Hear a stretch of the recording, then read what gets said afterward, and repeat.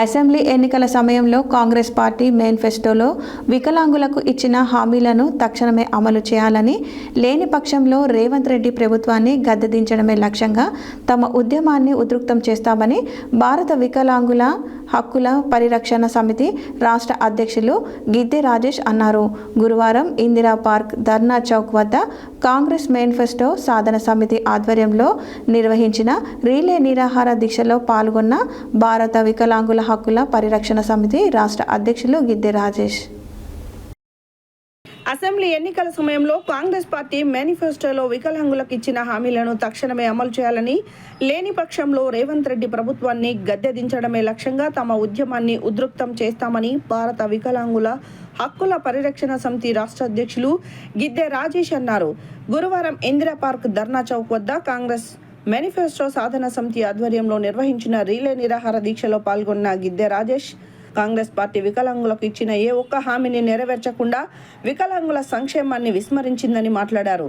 ముఖ్యంగా అధికారంలోకి వస్తే అదే నెల నుండి వికలాంగుల పెన్షన్ 6,000కు పెంచుతామని, రాష్ట్రంలో వికలాంగుల అట్రాసిటీ చట్టం 2016 పూర్తి స్థాయిలో అమలు చేస్తామని, ఆర్టీసీలో వికలాంగులకు ఉచిత ప్రయాణ సౌకర్యం కల్పిస్తామని, రాష్ట్రంలో వికలాంగుల బ్యాక్లాగ్ ఉద్యోగాలను భర్తీ చేస్తామని, రాష్ట్రంలో వికలాంగుల సంక్షేమ శాఖను ప్రత్యేక శాఖగా కొనసాగిస్తామని తన కాంగ్రెస్ పార్టీ ఎన్నికల మేనిఫెస్టోలో పేర్కొన్న ముఖ్యమంత్రి రేవంత్ రెడ్డి అధికారంలోకి వచ్చిన సంవత్సరాలు గడుస్తున్నా నేటికి వికలాంగులకు ఇచ్చిన హామీలను అమలు చేసేందుకు ముందుకు రాకపోవడం దురదృష్టకరమన్నారు.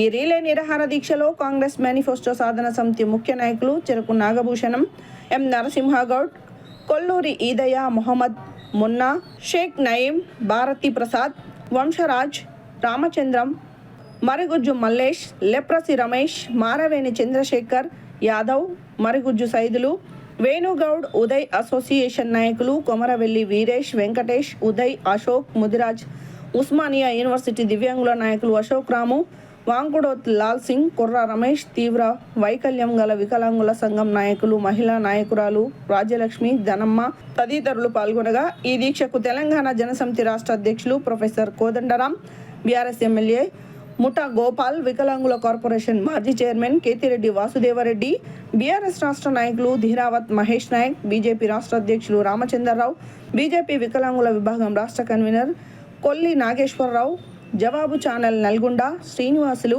BRS MLC L Ramana, CPI MLA Kunamneni Sambasivarao, MLC Teenmar Mallanna, BC సంఘం నేత చిరంజీవులు, ప్రజా గాయకురాలు విమలక్క హాజరై మద్దతు తెలిపారు.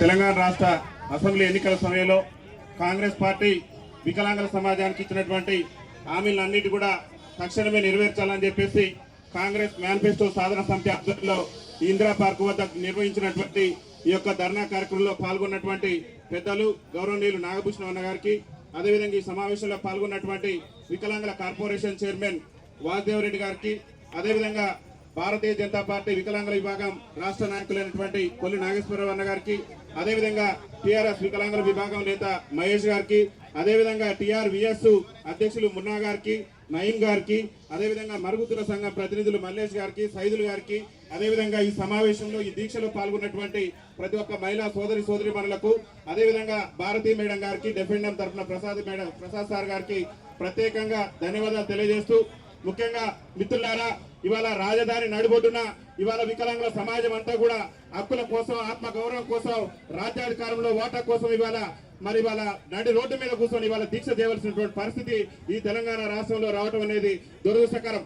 ముఖ్యంగా మనకు కాంగ్రెస్ పార్టీ అధికారంలోకి రాకముందు ఈ రాష్ట్ర ముఖ్యమంత్రి రేవంత్ రెడ్డి గారు పిసిసి అధ్యక్షుడి హోదాలో మా కాంగ్రెస్ పార్టీ అధికారంలోకి వస్తే మేము ఎప్పుడైతే అధికారంలోకి వస్తామో మేము అధికారంలోకి వచ్చిన నెల నుంచే వికలాంగుల పింఛన్లు అన్నింటినీ కూడా 6,000 రూపాయలు చేస్తాం. అదేవిధంగా వృద్ధులు కానీ, గీతా కార్మికులు కానీ, బీడీ కార్మికులు కానీ అందరి పింఛన్లు కూడా 4,000 రూపాయలు చేస్తామని చెప్పేసి కాంగ్రెస్ పార్టీ అభయాస్త్రం ఎన్నికల మేనిఫెస్టోలో ఈ రాష్ట్ర ముఖ్యమంత్రి పేర్కొన్నారు. అదొక్కటే కాదు, ఈ రాష్ట్రంలో వికలాంగులందరికీ కూడా, తెలంగాణ రాష్ట్రంలో ఉన్నటువంటి వికలాంగులందరికీ కూడా 100% రాయితీతోని ఉచిత ప్రయాణ సౌకర్యం కల్పిస్తామని చెప్పేసి కూడా కాంగ్రెస్ పార్టీ ఎన్నికల మేనిఫెస్టోలో పొందుపరిచారు. అదొక్కటేనా, తెలంగాణ రాష్ట్ర ఉద్యమంలో క్రియాశీలక పాత్ర పోషించి నాడు బతుకు జీవుడు అంటూ అరే ప్రత్యేక రాష్ట్రం వస్తేనే మనకు ఉద్యోగ ఉపాధి అవకాశాలు వస్తాయని చెప్పేసి నాడు తెలంగాణ రాష్ట్ర సాధన ఉద్యమంలో కూడా వైకల్యాన్ని సైతం కూడా లెక్క చేయనటువంటి వికలాంగుల సోదరులకు మా కాంగ్రెస్ పార్టీ అధికారంలోకి వస్తే ఈ రాష్ట్రంలో బ్యాక్లాగ్ ఉద్యోగాల నోటిఫికేషన్ విడుదల చేసి వెంటనే ఉద్యోగాలను భర్తీ చేస్తామని చెప్పేసి రాష్ట్ర ముఖ్యమంత్రి రేవంత్ రెడ్డి గారు వాళ్ళ ఎన్నికల మేనిఫెస్టోలో పెట్టారు. అదొకటైనా వికలాంగుల సంక్షేమ శాఖను గత ప్రభుత్వం మహిళా శిశు సంక్షేమ శాఖలో కలిపింది. మేము ఎప్పుడైతే అధికారంలోకి వస్తామో మేము అధికారంలోకి వచ్చిన వెంటనే వికలాంగుల సంక్షేమ శాఖను ప్రత్యేక శాఖగా కొనసాగిస్తామని చెప్పేసి రేవంత్ రెడ్డి గారి పార్టీ ఎన్నికల మేనిఫెస్టోలో చెప్పింది. ముఖ్యమంత్రి గారు రేవంత్ రెడ్డి గారు అనేకమైనటువంటి హామీలు ఇచ్చి ఈ రాష్ట్రంలో అసలు కాంగ్రెస్ ప్రభుత్వం వచ్చే పరిస్థితులు లేనటువంటి సందర్భంలో మరి పింఛన్దారుల ఓట్లను పింఛన్దారులను అందరినీ కూడా నమ్మబలికి మనందరినీ కూడా నట్టేడు ముంచి మనందరిని పింఛన్ పెంచుతాం, అందరికీ కూడా అవకాశాలు ఇస్తాం, వికలాంగులకు ఉద్యోగ ఉపాధి రంగాల్లో ప్రాధాన్యత ఇస్తామని చెప్పేసి మాయ మాటలు చెప్పి రాష్ట్ర ముఖ్యమంత్రి రేవంత్ రెడ్డి మన ఓట్లు వేయించుకొని ఇవాళ రాష్ట్ర ముఖ్యమంత్రిగా గద్దెనెక్కినాక దాదాపు రాష్ట్ర ముఖ్యమంత్రిగా రేవంత్ రెడ్డి గారు బాధ్యతలు చేపట్టి ఇవాళ 2 ఏళ్ల పరిపాలన పూర్తయింది.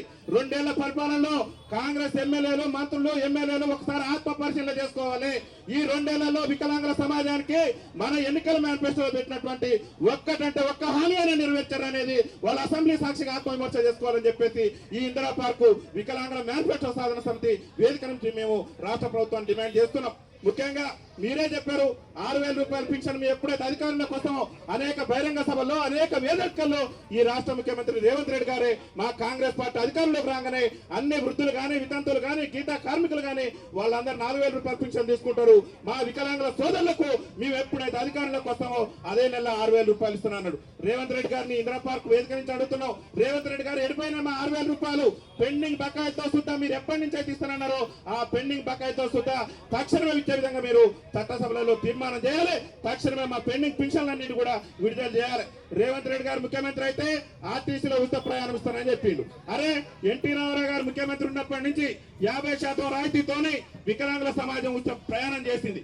మరి ఇవాళ మహిళలకు కాంగ్రెస్ పార్టీ చెప్తున్నది మీ మహాలక్ష్మి పథకం కింద మహిళలందరికీ కూడా ఉచిత ప్రయాణ సౌకర్యం కల్పించడం అని చెప్పేసి.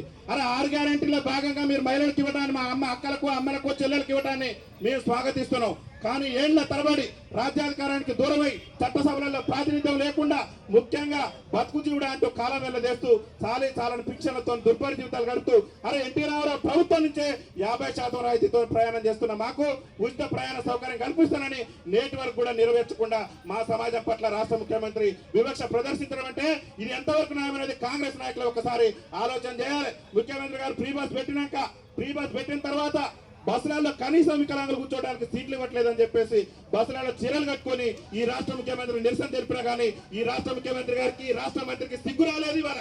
ఎందుకంటే మా వేదన చెప్పినాం అరే బస్సులలో కూర్చున్నామంటే సీట్ దొరకట్లేదు వికలాంగులకి. మీరు మహిళలకు ఉచితం ఇచ్చారు మేము స్వాగతిస్తున్నాం.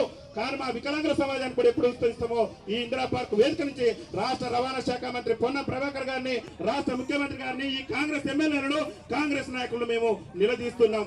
తక్షణమే ఆర్టీసీలో వికలాంగులకు ప్రస్తుతం జరుగుతున్న అసెంబ్లీ సమావేశాల్లోనే ఉచిత ప్రయాణ సౌకర్యం కల్పించే విధంగా తీర్మానం చేయాలి.